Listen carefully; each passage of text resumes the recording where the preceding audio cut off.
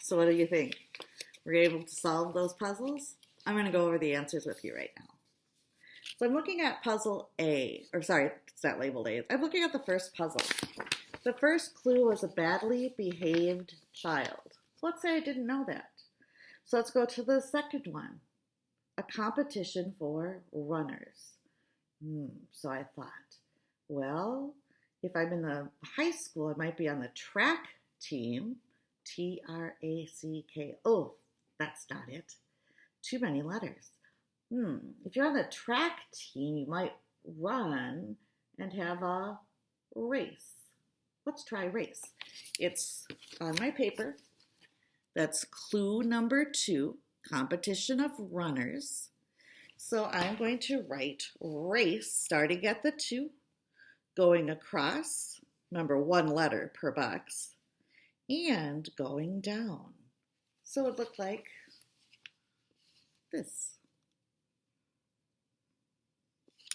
Then I go to clue number 3. There are 4 of them in a deck. Well, there are 4 suits. Suit is 4 letters, but it would be S-U-I-T. That's not right. That's a little puzzling to me. So I'm going to look at clue 4. Pop quiz, for example. Oh, that's a kind of, what? It's clue 4. We get second letters an E. The second letter's an E. Right, it's a test. So 4 across, I just have to write the T-S-T. And then when I do 4 down, I just have to write the T and the S. So far I have race and test. I'm going to go back now to clue 1, a badly behaved child. Something R, something T. That's a brat. Ooh, I'm glad that you guys aren't a brat. B-R-A-T, brat. And that leaves clue 3. There are 4 what in a deck? A-C blank S-R, aces. You're right. You just need to add the E to show that aces goes down and across. All right, puzzle 2. Secret way of writing. I know you guys like this. Yep, that's right. Code, C-O-D-E, and write it the other direction as well. Once you are confident in the first answer, you have the first letter of the other answers, which helps quite a bit. So I know the second word begins with an O. A kitchen appliance that begins with an O. Oven. O-V-E-N.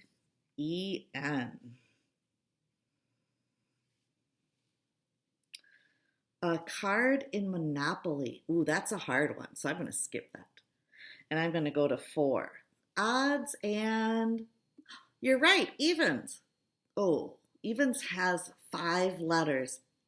And even, odds and even, doesn't quite make sense.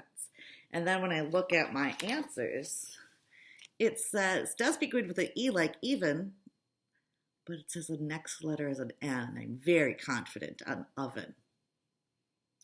A little of this, a little of that. You have odds and ends. E-N-D-S. Make sure that's in clue 4. Odds and ends. Just little bits of leftovers of a bunch of things and you can use for a cool craft. And that makes number 3, a card in Monopoly. So it's not chance and it's not community chest. It's the land that you own. And if you look on the back of those cards, it's called a deed. The paper that shows that you own a piece of land is your deed. D-E-E-D. I hope you didn't put an A in there, otherwise it would say dead. And that's not in Monopoly, thank goodness. All right, so that's what your second board should look like. All right, now the 5-letter words. Great white fish. Oh, I've heard of a great white shark, or was it a whale? I seriously don't remember. So I'm going to write them both on my paper. It might be shark, might be whale. It says fish, so that makes me think it's going to be a shark. Okay, so you can see I wrote down both answers. I'm not sure what it's going to be yet, and I certainly don't know where it's going to go in the puzzle. Number 2 says, what's the fireplace after the fire? Right. When you are done burning your logs, you have ashes. And that's 5 letters. I'm pretty confident with that. A-S-H-E-S.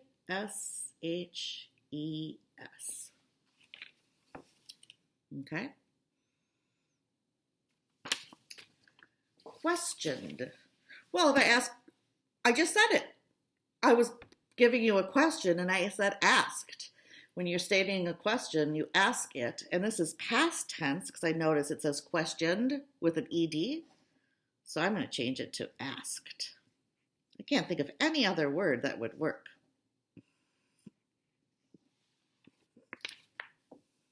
Okay. Abruptly to the point. That means you say something that you want, the message you want to tell your mom and dad right away.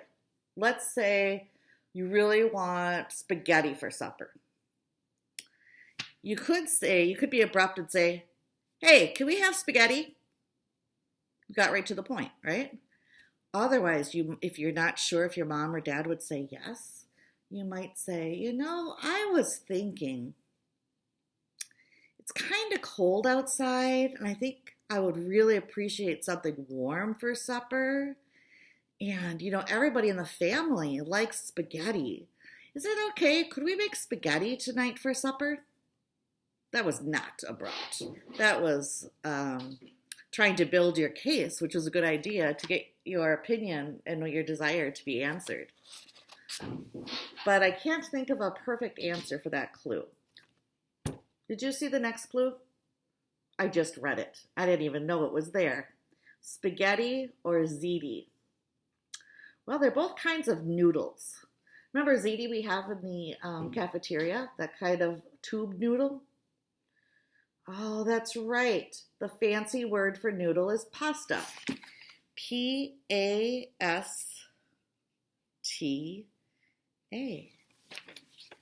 So far, I'm confident with pasta, asked, and ashes. I'm not sure about shark or whale, but when I look at these letters, you're right. The other answers don't have a W or an H in it, or even an L. So I'm going to get rid of whale. Fish was a good clue for me. So then I'm going to think, well, which word would work out if I put it first? Which word could be the first letter of every word in the puzzle? That would be where clue 1 goes. Am I giving you some hints?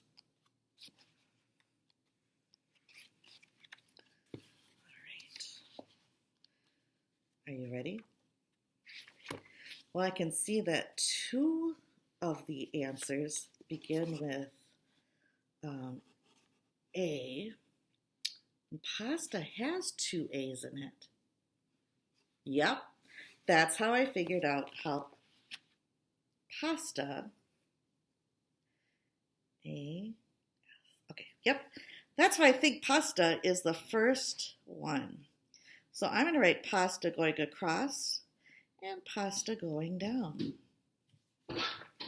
So I think my other answers begin with an A, S, T, A.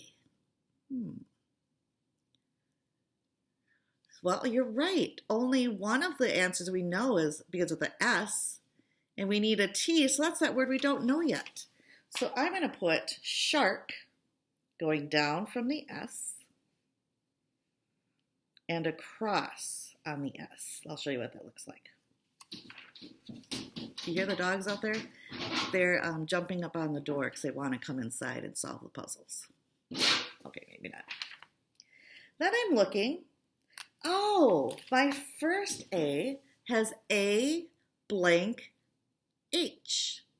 Of course, ashes has to be the second one going down, which also makes it the second one going across. And that means the last one, if you look, there's ask, is right there. Oop, I can't see, it's too sunny in my face. There it is, ask. I just need to add the ED going across and the ED going down. Now we have that hard one. Abruptly to the point. A word we don't use normally as third graders, even really smart third graders. The word is terse. T-E-R-S-E. So if you ask for things and are really quick or kind of demanding, not really super polite, somebody might say that you're terse. So not only did we just solve 3 puzzles, I'm fairly certain all of you learned a new word for the day. Terse. Thanks. I'll see you on page 3 in Winston Breen's Potato Chip Puzzles.